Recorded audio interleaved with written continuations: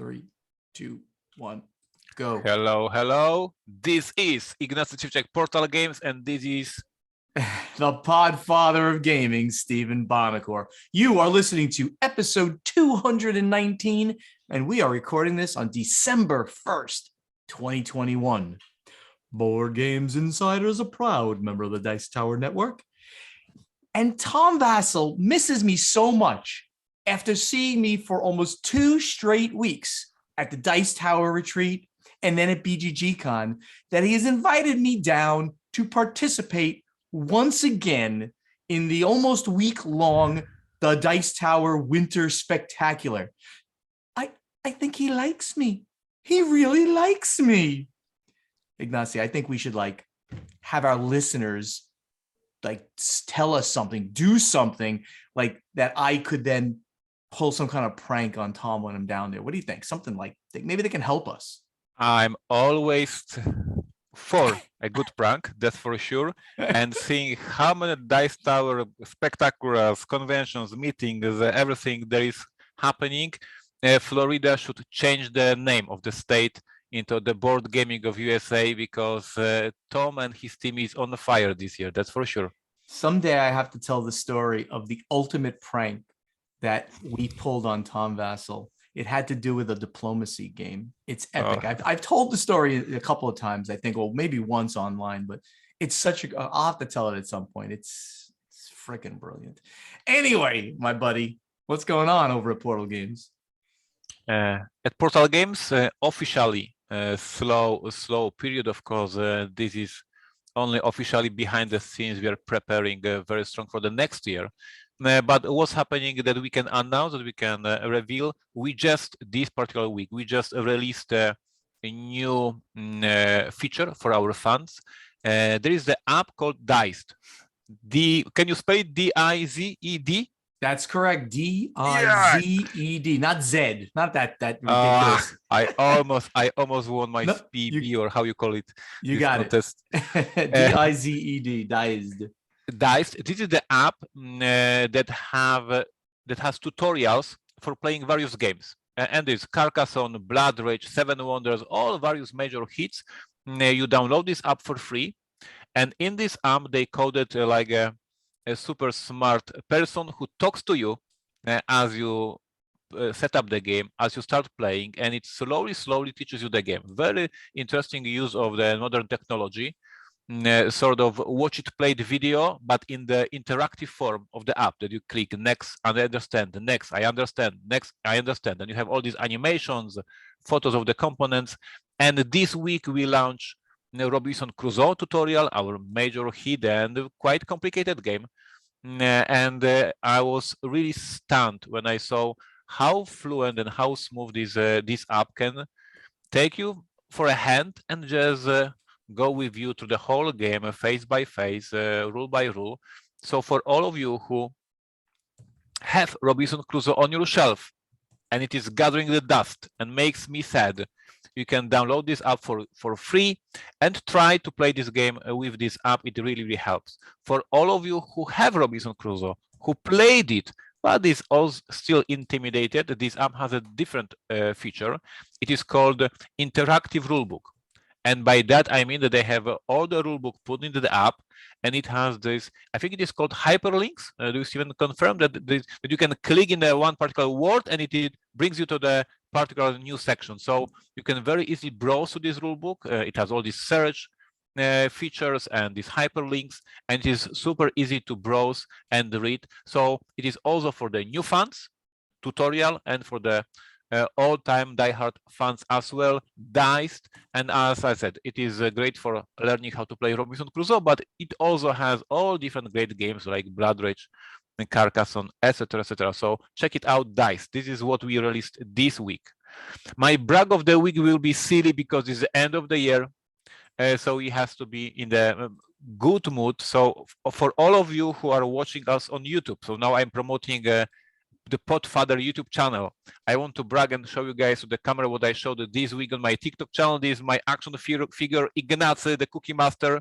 That is amazing, my friend. I received it from my fans. So now I have my very own action figure. So go to YouTube channel and see Ignacy.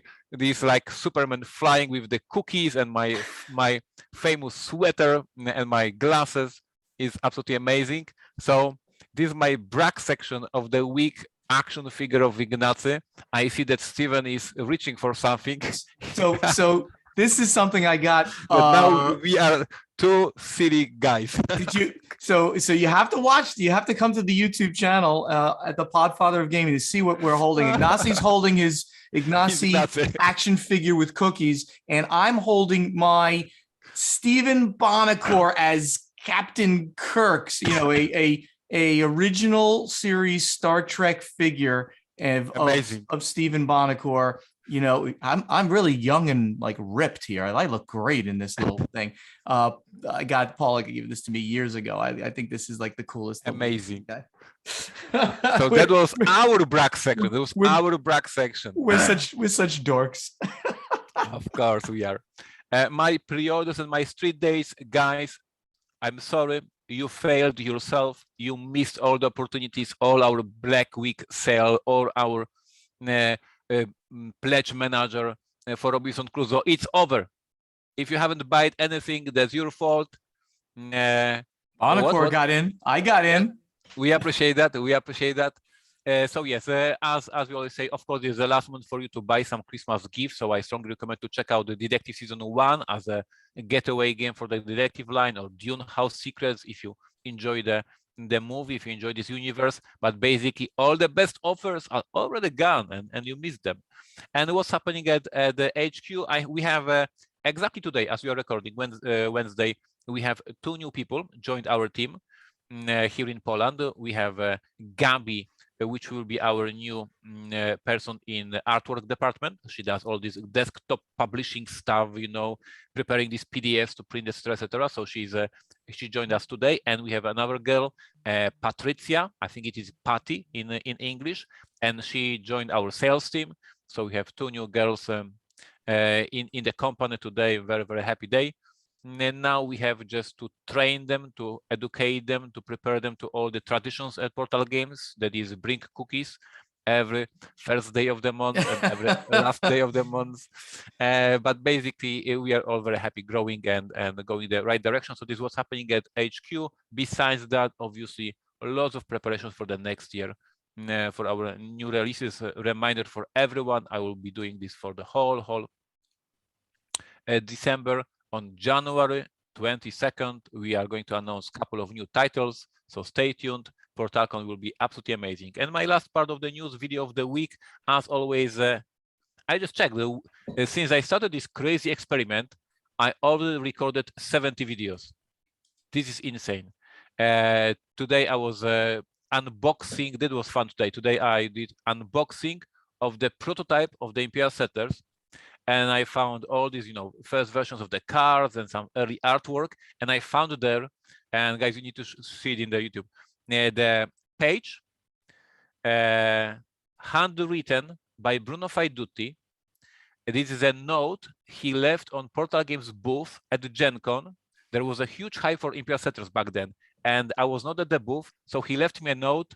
Please keep 1 copy of Imperial Settlers for me, Bruno Faidutti. Because he was so afraid that it will be sold out. And of course, I kept it. And it made me so happy today when I unboxed it and I found it. And so yes, check out my YouTube channel. Every single day I'm doing a new video trying to entertain you. And yeah, it's very exhausting, but very fun process. Yeah. Now your exhausting process, your travels, your enjoyment. It's exhausting. It's absolutely exhausting being me, Ignacy. You know that. And I'm gonna make you happy with some of my sadnesses and things like that are going on in my renovation, in my remodeling. That's exactly right. The main floor. Everything is working great. The fireplace, electric fireplace, you don't need a real one in Florida, is working beautifully. The smart lighting, I can say, Alexa, turn on kitchen lights. And oh God, she's gonna say something now, like, oh God. I have one over here too. I need to make a short commentary on that. Go ahead. Here's what I was doing on my Polish YouTube channel during live streams. I'm talking about board games, and suddenly I say, okay, Google, subscribe to YouTube channel, and and mobile phones of people were starting to subscribe to my YouTube channel. These AI in our homes are terrifying. All right, and another very quick anecdote is that I was watching. There was a television commercial for Apple phones, Siri. and see you. If I say it, she's going to hear it right here on my phone. But there was the Cookie Monster, the Yep. one from Sesame Street. Yeah. They were doing the Cookie Monster as part of their ad, and Cookie Monster was saying things like, "Hey Siri, set my timer for 5 minutes," and it was setting my phone off and creating a timer. And then all of a sudden later, my phone started like beeping, and I'm like, I didn't have a timer set. I had no idea that the thing, unbelievable. So yes, all of this terrifying. It's terrifying that all of this stuff is coming together. Anyway, the main floor, the first project is all coming together. It's essentially 100% done, a few minor tweaks, but I can't really complain now. It's so perfect. The second floor, second project, not so good. Ignacy, you may take pleasure in this. So we get home from New Jersey and Thanksgiving week to find that the contractor started to put in the doors upstairs, right? Because we're changing out, besides doing both bathrooms completely, but from floor to the studs, both bathrooms completely remodeled. All of the doors and all of the moldings around the baseboards, that kind of molding and around the doors, all of that is being changed to match downstairs. The doors don't fit. The doors don't fit. How is it possible that a guy from the store, and we're not talking about like some little store on a corner here, huge store where, they have doors and hardware and this and that, real professional looking outfit. The guy comes, measures, and these measurements were off by like over an inch in some cases. So really pissed off. The owner of the place ends up coming to make sure that he measures everything and he sees what happened. And it's going to be as much as 12 weeks to get some of those doors, some of the bifold doors that you use for the closets, because of supply chain issues that they are having as well. So disaster, in my humble opinion, for my upstairs. Makes you so happy. I know. This might be the best episode of the show this year. But then I have good news about my outdoor barbecue. So my outdoor barbecue, the frame got anchored down, so my HOA can't complain. They tiled it all. It looks amazing. Now the granite has to be delivered, installed, and then the appliances. And then I can start cooking outside in the winter in Florida, which is the perfect time. Oh, by the way, how's your weather out there? I saw that video, sir. I have internet connection problems. I didn't hear you. It's snowing today. It's snowing. Is it really snowing again? And this is the worst part, because I it from New Jersey. This is snow and rain combined. This moment of this the worst, like the super wet snow.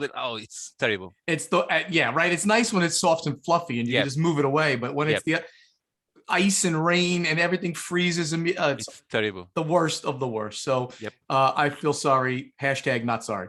So anyway, back to my travels. As I mentioned at the top of the show, we're recording this on December 1st, and I got back from almost a full month of travel between the Dice Tower Retreat, BGG Con, and New Jersey. Literally, I was almost not home. And because I'm crazy, mostly, but not so, crazy smart maybe, I leave tomorrow on a 2-night trip. 2 nights. I'm going to the great city of Houston. Why? For no other reason than, if I take this trip next year, I'm going to be United Airlines Premier 1K. I don't know if you know what that means, but that's their top level, right? So there's silver, gold, platinum, Premier 1K. And then you get all these perks. So I'm literally making this trip, spending 2 nights. I'm going to go to the Space Center Houston, which is very much like the Kennedy Space Center. It's attached to the Johnson Space Center, where mission control is for all of the U.S. flights. I'm going to get a little bit of a tour in there as part of like not a VIP, but like a special tour that I signed up for, so I can see a little bit of the Johnson Space Center, I think. But mostly I get to see all of the great exhibits, the Saturn V's again. They've got amazing shuttle exhibits, space shuttle exhibits there. That's what I'm doing. But I'm really just making this trip so that I can get miles, enough points is what they do these days, to get to the next tier in their rewards program. We gamers are proud of you that you can gamify the system and win this game. I'm beating United at their own game. Yeah, that's not really true. I've spent a lot of money doing all this. So let's call it a tie. Let's call it a tie. I think United really wins on this entire thing. Me taking up a seat and paying them more money for no reason. I'll have a good time though, because of and I'm going to meet a friend there. It'll be a lot of fun. And I get back, and then basically 3 days later, I'm on my way to PAX Unplugged, and I want to make a plug, for the event that I'm throwing there. And this is for industry people. I'm sorry, average gamer. Most of the people listen to this is just a gamer, and that's wonderful, and we love you. But we're throwing an industry event. It's called Industry After Hours with the Podfather. It's on Thursday, December 9th from 7 to 10 p.m. at the Hilton Garden Inn. So if you're a designer, an artist, content creator, media person, publisher, distributor, retailer, anybody part of the industry, you can reach out to me and I'll get you the exact details and get you the invitation on how to come. This is for us to hang out, meet, socialize, network ourselves so that we're all together and we make more connections within the industry. There'll be drink tickets given out to the first 100 people, both alcoholic and non-alcoholic options available for everybody. It's going to be a very cool event right before PAX officially starts. So that's it for me. Lots of travels. I do have another travel to Las Vegas at the end of the year, but we'll talk about that next time. In the meantime, Ignacy, we've got some big breaking news. Let's go to the event deck. So I was told this yesterday, and it was like breaking news. And this is new for me. I haven't seen this news, so now I'm learning from my own podcast. You're learning from your own podcast, because I just put this in there this morning, and it's not even officially announced yet, but within a week, it certainly will be. So I got permission to talk about it here. Don't go out and spread it. Don't put this on the internet yet. But when you guys hear it out there, this should have been announced. And if it's not, well, it's been a week old and it's their fault for not announcing it.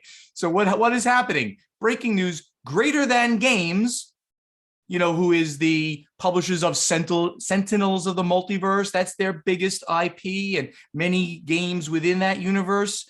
And they've got comics based on that. They're, I would call, one of the mid-tier publishers in our industry. They are being acquired by Flat River Group.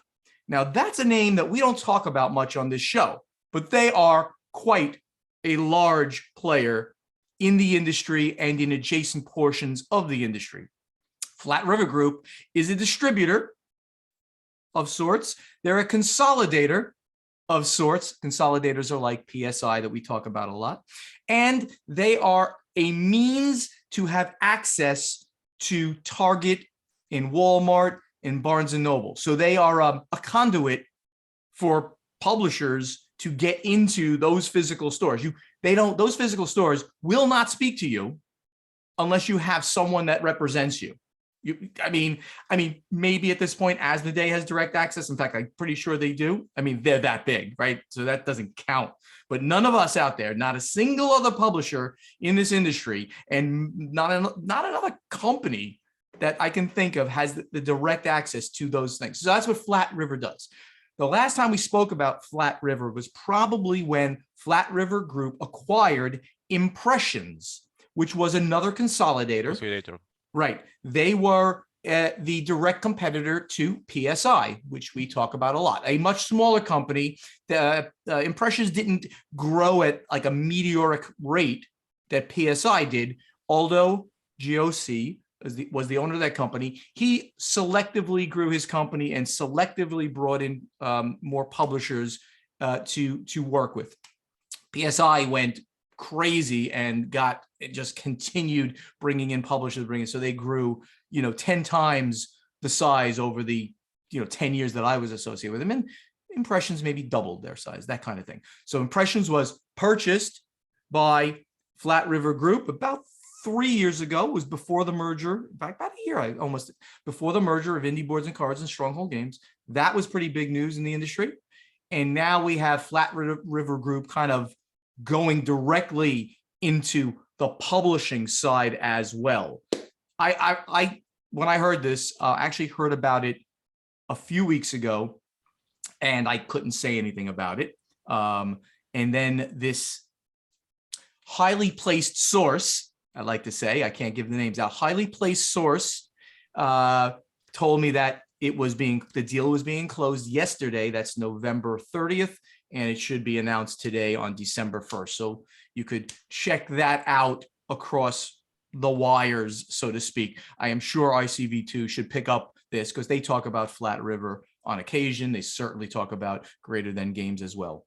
Ignacy, very interesting news. I would call this big news for the little guys in the industry, the little publishers in the industry. Absolutely. I'm a big fan of the company. I know the team for Greater Than Games, so congratulations to them. It's for sure good for them.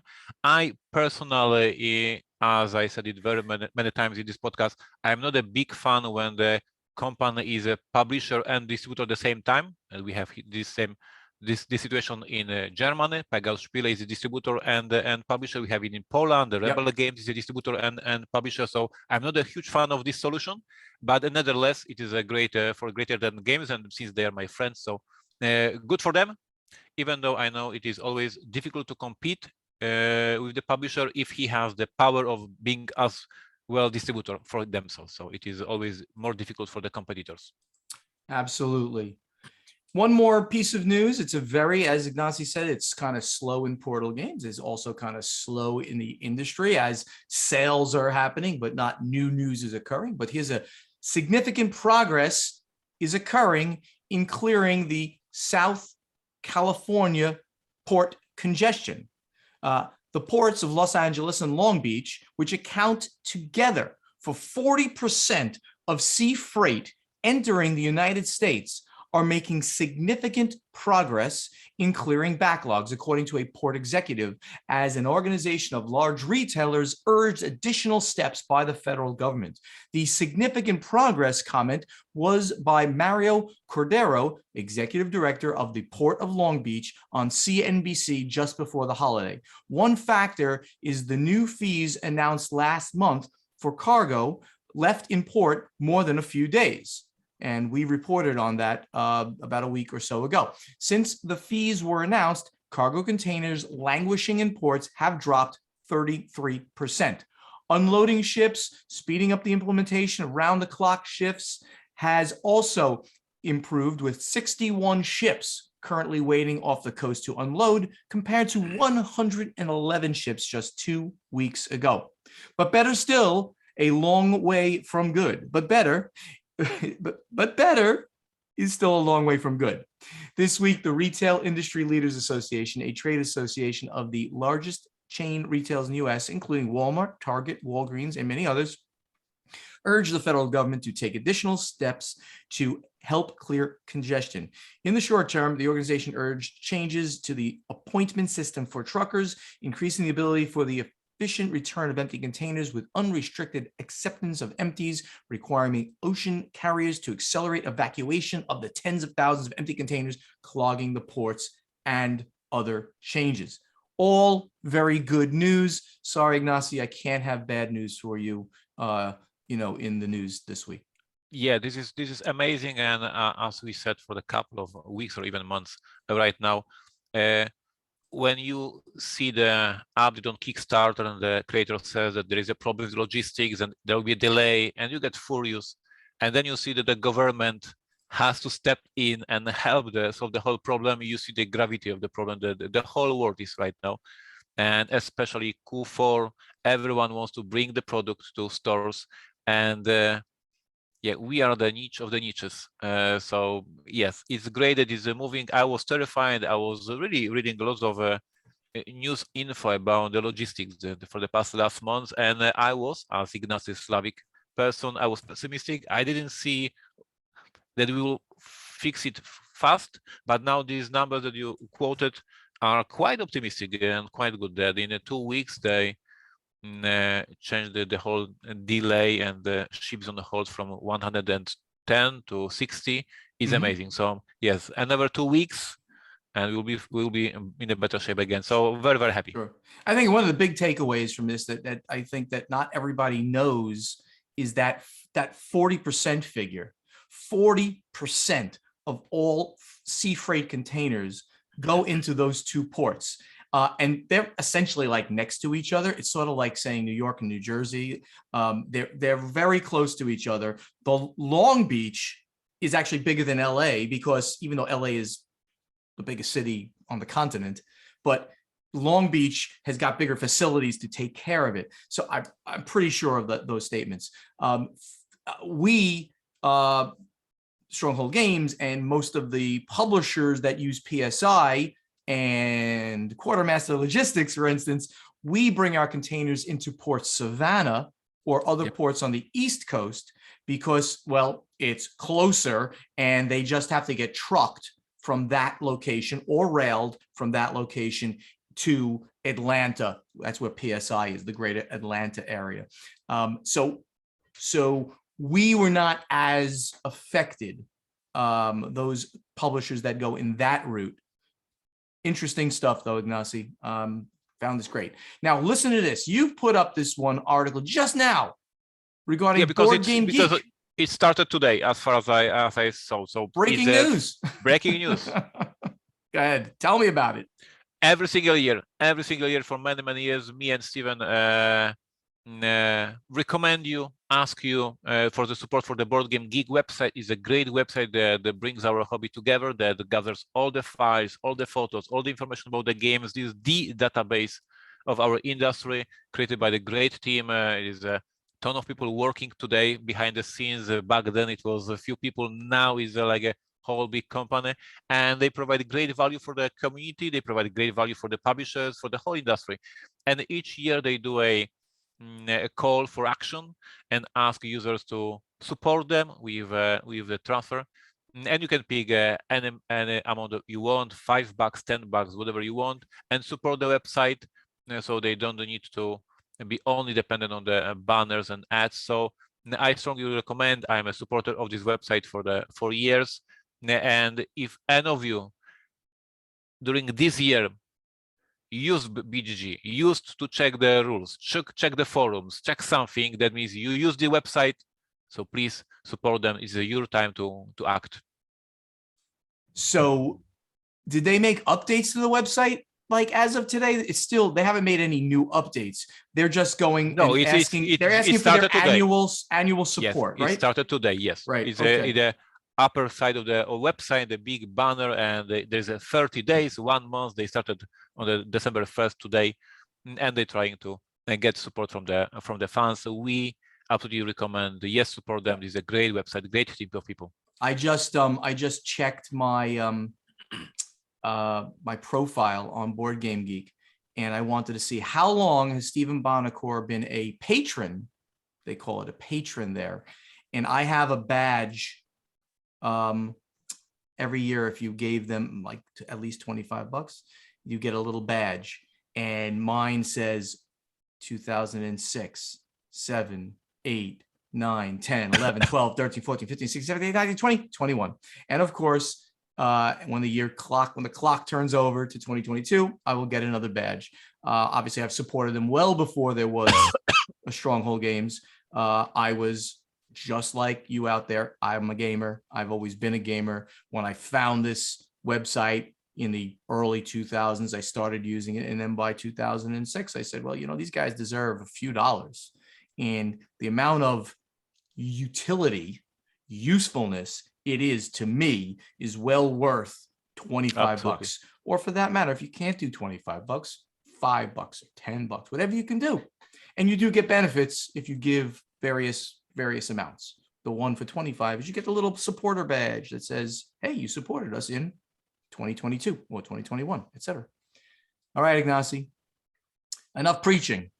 We got to get to strategy and tactics.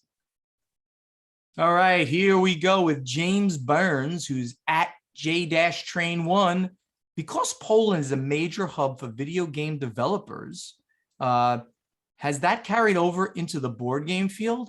Have any of the video game studios tried to partner with board game publishers, whether they be Polish or otherwise, to make a game from their IP? Well, Ignacy, this has your name written all over it. Yeah, that is true. There is a ton of video game studios all around in Poland. In our city, Gliwice, there is plenty. In one city, there's plenty of these companies. So of course, the networking between video game industry and board game industry is quite solid. Here in Poland, we know each other.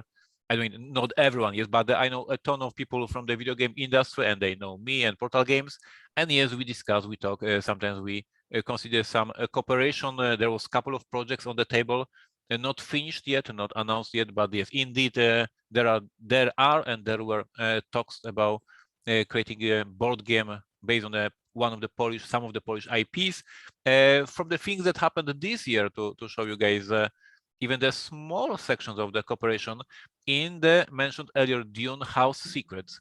At some point of the game, you will get access to the video, and this is a AAA amazing high quality video that looks absolutely stunning. Oh, why? Because it was done by our friends who is daytime job is doing these AA great games, big budget games, but because he loves board games, because he's our friend, because he loves Dune, we contracted him to create for us this amazing video. So for many of you who already played Dune House Secrets, maybe at some point you were like stunned, what the hell, how Portal pulled it off? That there is such amazing video in the game. It was because of the fact that there is so many talented people in the video game industry, and there are some crossovers, and some of them are just fans of Portal games or board games whatsoever. Very, very interesting. Your landscape of both physical and digital publishers in Poland is amazing for the size of the country. And I've always thought that was a very interesting thing that goes on in Poland. Marcus Shepard, who's at Marcus Shepard on Board Game Geek, hybrid apps that require an app or maybe a website present something of a limitation to a game's replayability. Once there are no more compatible devices or the website goes offline, the game's essentially gone. Have either of you considered releasing companion apps or websites, for example, for First Martians or Detective, not talking about full app adaptations like Tides of Time, as open source? If not, do you see a downside of companies doing so? After all, such software is only useful together with the physical games. I mean, Ignacy, he's got a point, right? So if, you know, at some point you go out of business or whatever, you get sold, and the next company doesn't want to support a given product or line, then the app might go away, and therefore the game's replayability could go away. How do you feel about it? It's a very interesting concept of a longer term view of things. I have an official answer and unofficial answer. Which one should I present? I'll take the official answer first. The official answer is obviously, this is like super obvious. If at any point in a history, Portal game decides to not support First Martians, to not support Detective, we'll obviously put the whole code open source, and you can use it on the website. As simple as that. It is obviously will not be left behind anyone. As for now, we are still supporting these products. If there is a new iOS system, if there is new Android system, we code the app so it is updated. So of course we are supporting, and if at some point we will decide not to, everything will be available for the players anyway. So this is official answer to make everyone calm and nothing bad will happen. Unofficial answer is Slavic Ignacy asking how's your support for your VHS recorder you bought in 80s, and if they provide you support. Like, I really don't understand this point of view that if you buy the board game, it is something different than your Nokia from 90s, than your Ford Camaro from 70s. Like, why the board games is the only thing that has to be immortal? Like, what the hell? People, yeah, people like get a new phone like every year, 2 years. right? Apple's got, they take 2 years to pay for it, and then as soon as that's done, they just buy the next one. They trade this one and they buy the next one. It's like that is the greatest point. And back in the old Avalon Hill games, they used to have the catalog of all the old games in there. Of course, all those things. And it used to say, like, you can order it right here by sending us, $15.99 for this game that would now cost $80. You can send it by sending us right here, and you can buy. And, if there's any problem with your game, please, if you need a replacement part, reach out to this. Guess what, guys? You're not getting a replacement part for the 1979 version of, whatever that you bought. It's just not going to happen. So they can't be immortal. These things can't be immortal. Let's enjoy them while we have them. And they might go the way of the dodo bird at some point. But between now and then, and with a great company like Portal Games, Ignacy said, well, we would open it up if we're not going to support it. It would become public source, and it's all yours. Excellent, Ignacy. James Cartwright, who's at Rindell. Hi, I really like the podcast. Hope Stephen is enjoying his retirement. Yes, he is. Question. Is there an IP or genre that hasn't been used for board games that you would like to see or design a game for? We've talked about this many times, Ignacy. Any new ideas that you have on? No, but looking at the date of discussion, I would go that back then, if we have this question back then, we would say Dune, because now 2021 is the year of the Dune. As you guys know, I'm a huge fan of this IP. And back then I would say, yes, I love Dune. I love to make a game in this amazing universe. Now it happened.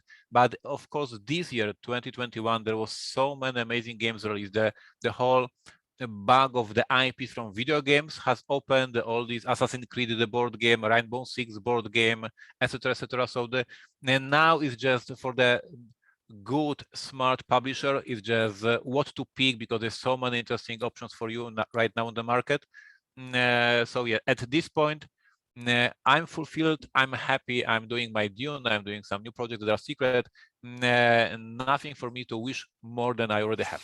So they just started on what channel is it? Is it Prime Video? Amazon Prime?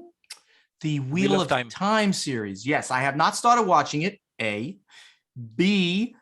I have no connection to it. I know almost nothing about it at all.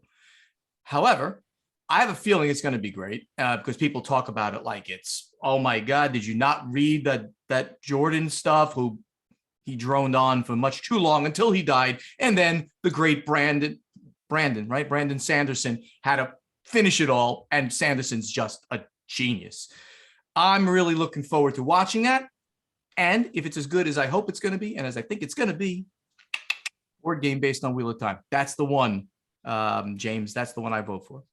Pancho Varas, who's at Pancho Varas, he says, hey guys, hope you are all safe and sound. Since a few months in the US are cutting the number of distributors. I don't understand that sentence. Many times Stephen has said it is because it's more healthy for the market to have less distributors. I would understand that reasoning if you were moving from 200 to 150 or something like that. But Asmodee, for example, is moving from 5 to 3, which is getting very close to becoming a monopoly in distribution. Disagree, sir, but let's continue. How come being closer to a monopoly can better the competition in the industry? Wouldn't that threaten the whole supply chain instead of improving it? So, okay, so I have a fairly strong and educated opinion on this, Pancho. The thing is, on the distribution level, there's very little that they can compete on except price. They all have exactly the same product. And what happened was, when the market was growing, every one of those distributors was in a different area. And that was great. We had these 5 major distributors, and they all had a different area of the country they covered.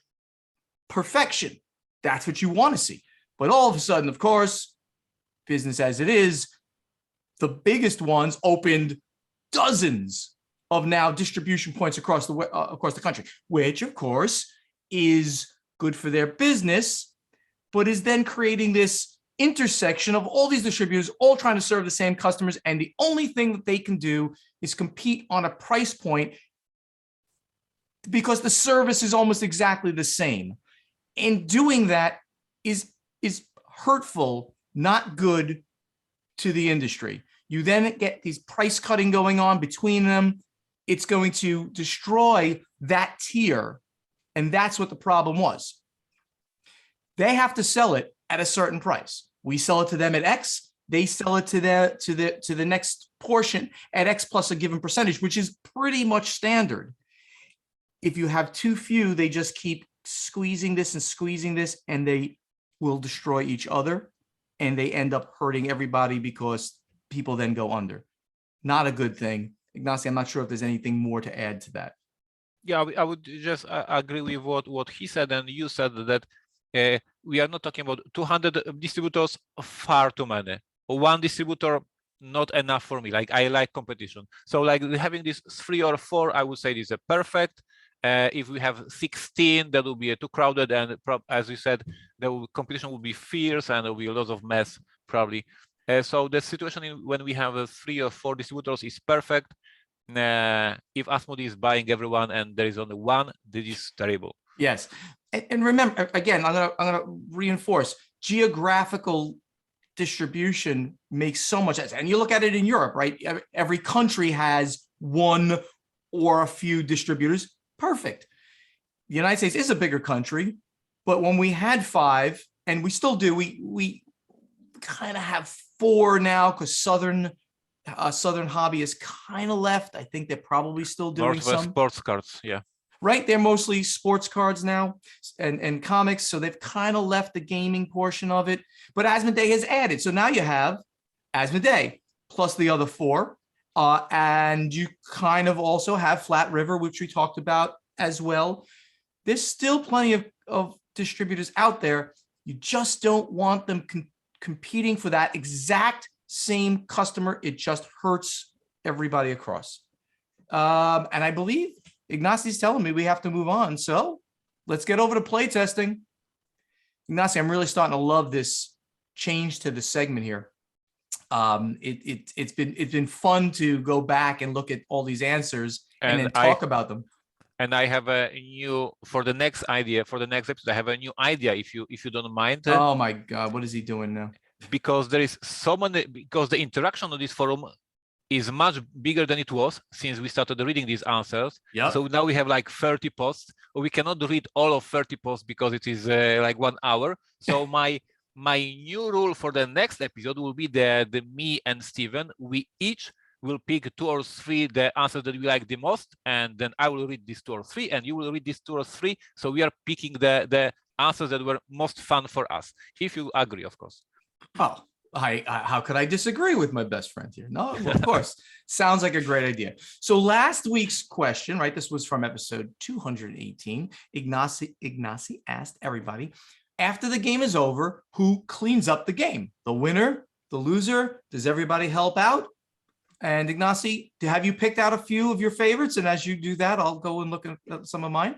I did not yet, because there was the rule that I wanted to introduce the next week, so you can just pick anyone that you want. But before you are picking the answer, let me answer the question, because I wasn't answering it yet. At my home, I'm doing it.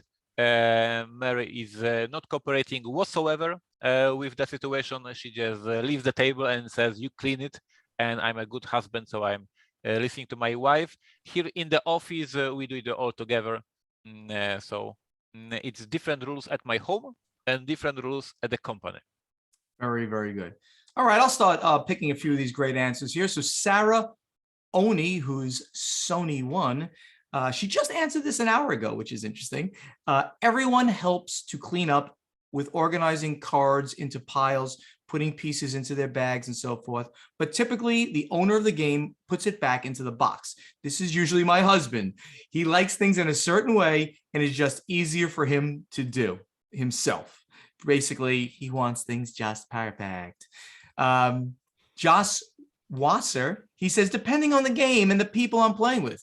If I'm playing with the kids or my family, I'm almost always put away myself. I'm just happy to be playing with them. If it's something I don't own, I'll help, especially with the components I was using, unless the owner prefers otherwise.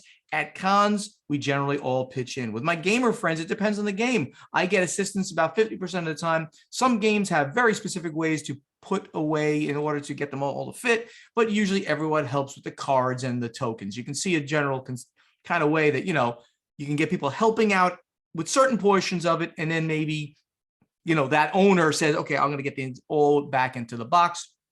Let me get one more, as Ignacy says here. Sarah Simpson, she says, me.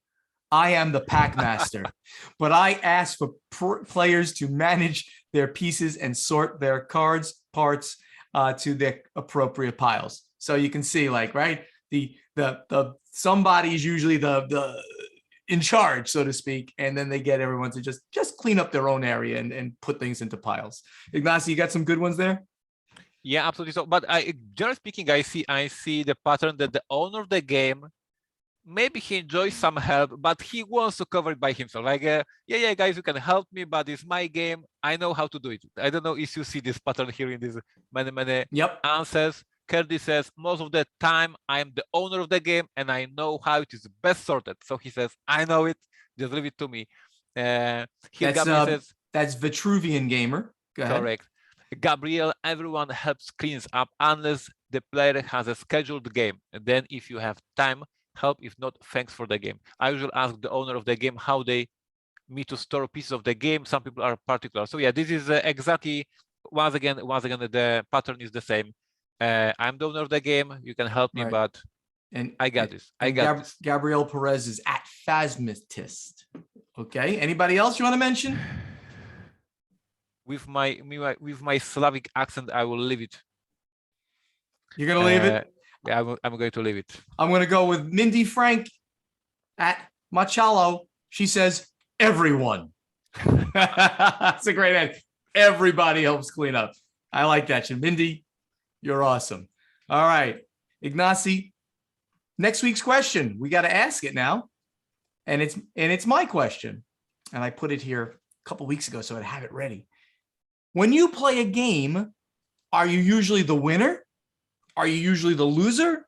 Or would you say you win an average number of times, like, one time in a 4-player game? Ignacy, what do you think? I mean, are you better than average gamer or not? I am not. Here in the office, my friends usually kicks my ass. At home, I have a better percentage playing against Mary. But generally speaking, no. I'm not renowned here as the boss always win. I have these moments. They are amazing and epic when finally the boss wins, but I have a very smart people here in the office. So in most cases, they just destroy me. But you're saying you win, like in the office, less than 25% of the time, right? Say, most games say you play with 4 players. You'd say you win less than the average of the number of players. Correct? I think yes, yeah. I may say that, yeah. Okay, well, that's kind of what I'm trying to get out of people. Like, do they think they're better than average, or less than average, or whatever? Or I will bring for the next week the data, because I have a data on my app, so I can bring the numbers, but I cannot use it right now because on my phone right now I'm recording the podcast, so I cannot do this both. But the next week I will bring the strict data. Beware. And just for me to answer the question too, I would say that I am average. I win an average number of times, and to me, winning is one of the lowest of the reasons that I play to compete. I just want to enjoy the experience. That's why I play games, to enjoy the experience with all the other people around the table. And of course, that means that when people are acting badly, the experience is ruined, then I don't care about the game. I want to get out as soon as possible. Anyway, everybody out there right now, Ignacy's going to create a thread on Board Game Geek for this play testing episode 219 segment. And we'd like you to go there to our guild and find that thread with this question and post your answer. We may read the answer that you give us, because we're really enjoying doing this, getting that feedback directly from you on these questions. In the meantime, let's go to final scoring. Thank you all so much for listening. Help us spread the word about this podcast by telling your friends to download Board Games Insider wherever they like to get their podcasts, or now watch Board Games Insider on the Podfather of Gaming YouTube channel. To ask us questions for our strategy and tactics segment, you must post them in the correct thread in our guild on Board Game Geek. And to answer our question to you from our playtesting segment, also go to our guild on Board Game Geek and look for the thread with this episode's question. Board Games Insider has a Facebook page, so please like us on Facebook. Also on Facebook, please like Ignacy's page and Steven's page, which is /PortalGamesUS and /PodfatherGaming. Our websites are portalgamesus.com and podfathergaming.com. Go there and sign up for our newsletters to get up to the minute news on what's happening at Portal Games and with the Podfather. On social media, speak directly to Ignacy and Steven. On Twitter, it's at PortalGamesUS and at Podfather Gaming. It's the same on Instagram and on YouTube. The channel names are Portal Games Movies, Portal Games Gameplays, and the Podfather of Gaming. And don't forget, Ignacy's dancing on TikTok at Portal Games US. We hope to find you and see you at an upcoming convention. I'll see you at PAX U. Everybody out there, find me. Let's get a game. Let's get a drink. Let's hang out. We're going to do it in cold Philadelphia. Ugh. Anyway, I'll see you there, hopefully. Board Games Insider was professionally edited by Matthew Jude from This Game is Broken podcast. If you'd like him to edit your podcast, please contact him on Twitter. His email at thisgameisbrokenpodcast@gmail.com. Also, that great voice you hear doing our intro, outro, and in-between segments is that of Ray Greenlee. He can be contacted to do voiceover work at raygreenleevoiceover.com. What do you think, Ignacy? Is that a good end? Yes, I have one more thing to do. What is that? Official apology to our recording boss and editor, Matthew Jude. Matthew, I failed you many times, and please accept my super sincere apology for not delivering the files in time. I was behaving very bad, and I want to say it publicly. Ignacy was bad, and he's promising to be a better person. And that, trust me, people, is really good, because he is constantly forgets to send his audio track for poor Matthew. He's then got to like search down the tracks, contact us. He might get a little testy sometimes, but he deserves to be, because Ignacy keeps forgetting. And I was not forgetting. I just had a trouble to just export this stupid file that is very big, and I have no clue how to do it. So I had my people to help me. It was my fault. I was a bad person. I hopefully learned how to do this. So hopefully from this week, there'll be no problems. Matthew, please accept my apology. There you go. And hopefully Matthew, I'm sure he's going to hear it. And he must hear it, because he edits that. Well, if he gets to maybe he just lets it run and then chops it off. Everybody, thank you again. We'll see you in a week. Take care. Bye-bye.